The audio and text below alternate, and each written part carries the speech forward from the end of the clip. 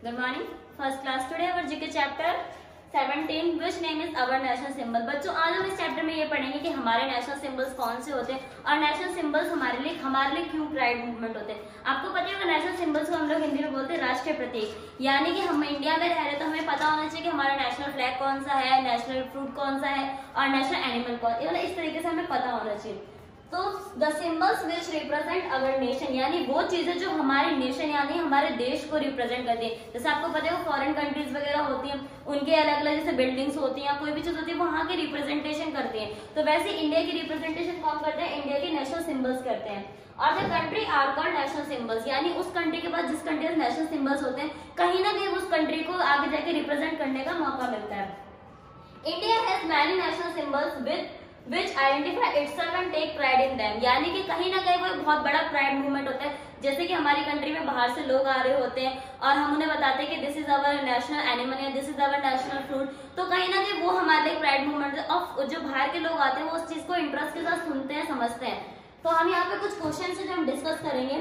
First question है our national flag is, यानी हमारा नेशनल फ्लैग कौन सा है। अब वैसे तो आपको पता ही होगा ट्राई कलर है, ओल्ड ग्लोरी है या फिर यूनियन जैक है। तो हमारा जो नेशनल फ्लैग है वो ट्राई कलर है, ठीक है। जैसे हम लोग हिंदी में तिरंगा बोलते हैं और उसे हमें पता है कि उसमें 3 कलर्स होते हैं। इस तरीके से 3 कलर्स में डिवाइड होता है। ऊपर ऑरेंज कलर होता है, नीचे ग्रीन कलर होता है, देन बीच में जो होता है व्हाइट कलर का, एंड यहाँ पे जो है अशोक चक्र बना होता है जिसमें 24 स्ट्रिप्स होती है। तो हमें पता होना चाहिए कि हमारा राष्ट्रीय मतलब हमारा नेशनल फ्लैग क्या है, यानी हमारा नेशनल फ्लैग कौन सा है?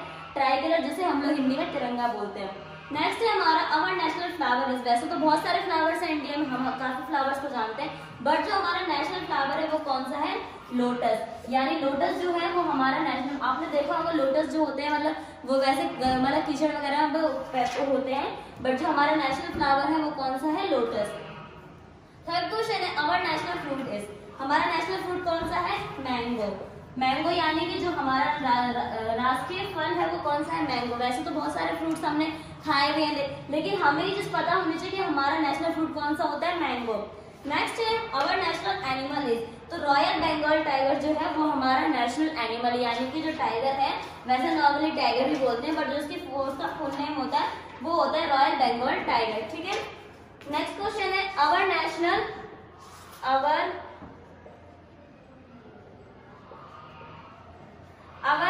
बर्ड इज, तो हमारी राष्ट्रीय चिड़िया कौन सी है? पिकॉक, यानी पिकॉक जो है वो हमारी राष्ट्रीय चिड़िया है, जिसे हम लोग हिंदी में बोलते हैं। नेक्स्ट है अवर नेशनल ट्री इज, हमारा नेशनल ट्री कौन सा है? बनियान ट्री, जिसे हम लोग बोलते हैं, ठीक है।